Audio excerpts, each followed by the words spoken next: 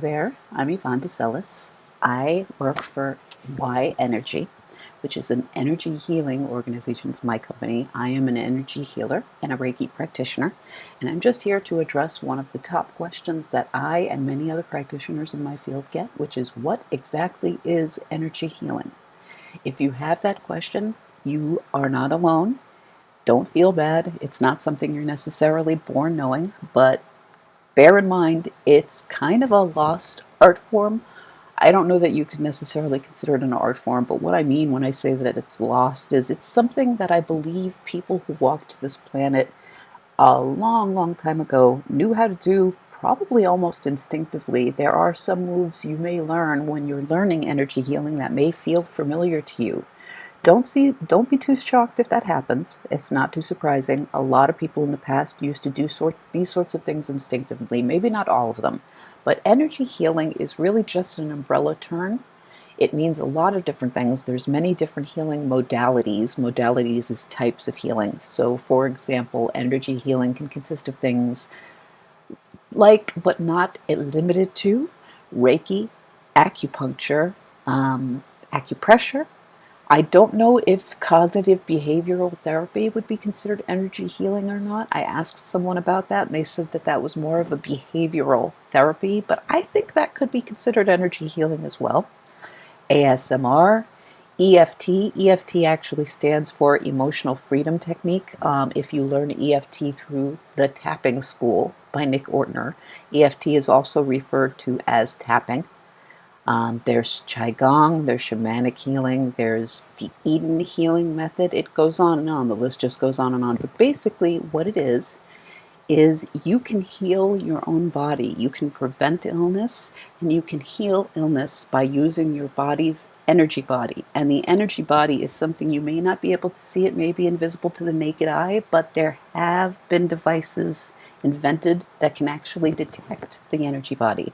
I keep doing this because the energy body kind of surrounds us. There's 9 different visual energy fields that some people can see, not all. Donna Eden is one of them. Donna Eden is an energy medicine specialist. She's amazing. And I believe she can see all 9 energy fields, which is amazing to me. It took me years before I could actually see an aura on a person. I still can't really see the energy body, although I can work with it and make people feel better. So that's basically what energy healing is, and just a really quick example of an energy healing method you can try if you're interested. If you're really tired and you can't make yourself go to sleep, can't make yourself relax, give this a shot. Put one middle finger where your third eye would be. Your third eye is right between your eyebrows, right above them, so put your middle finger, one middle finger, either hand, one middle finger on your third eye, and the other middle finger needs to go on something called your power point. I don't know if you're going to be able to see this. I'm going to try to show you exactly where the power point is. It's in the center of the back of your skull, right in the middle.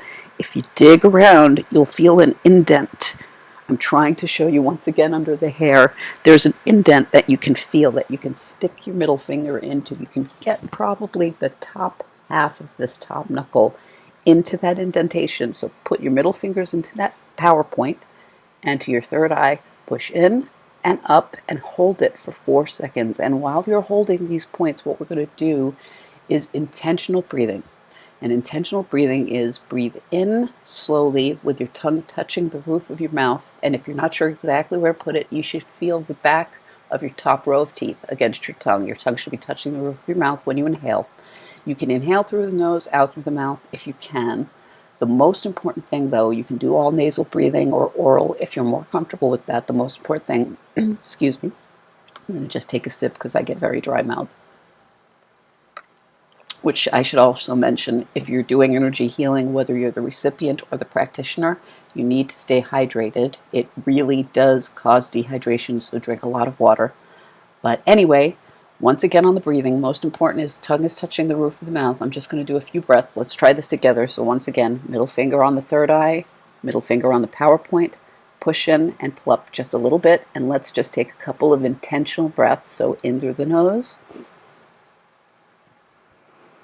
out through the mouth. One more.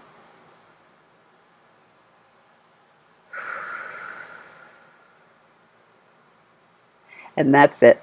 The one thing I did neglect to do there before we started that exercise, I should have said, ask yourself on a scale of 1 to 10, what is your comfort level? And then try the exercise of the middle finger on the PowerPoint and the middle finger on the third eye. Sorry, I did that in the wrong order. Middle finger on your PowerPoint, middle finger on your third eye, and let's just do the breaths one more time.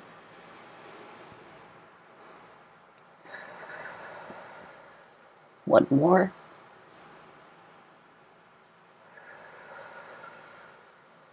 Shake your hands. You can also rub your hands together to shake them out to get rid of any negative energy you may have accidentally picked up.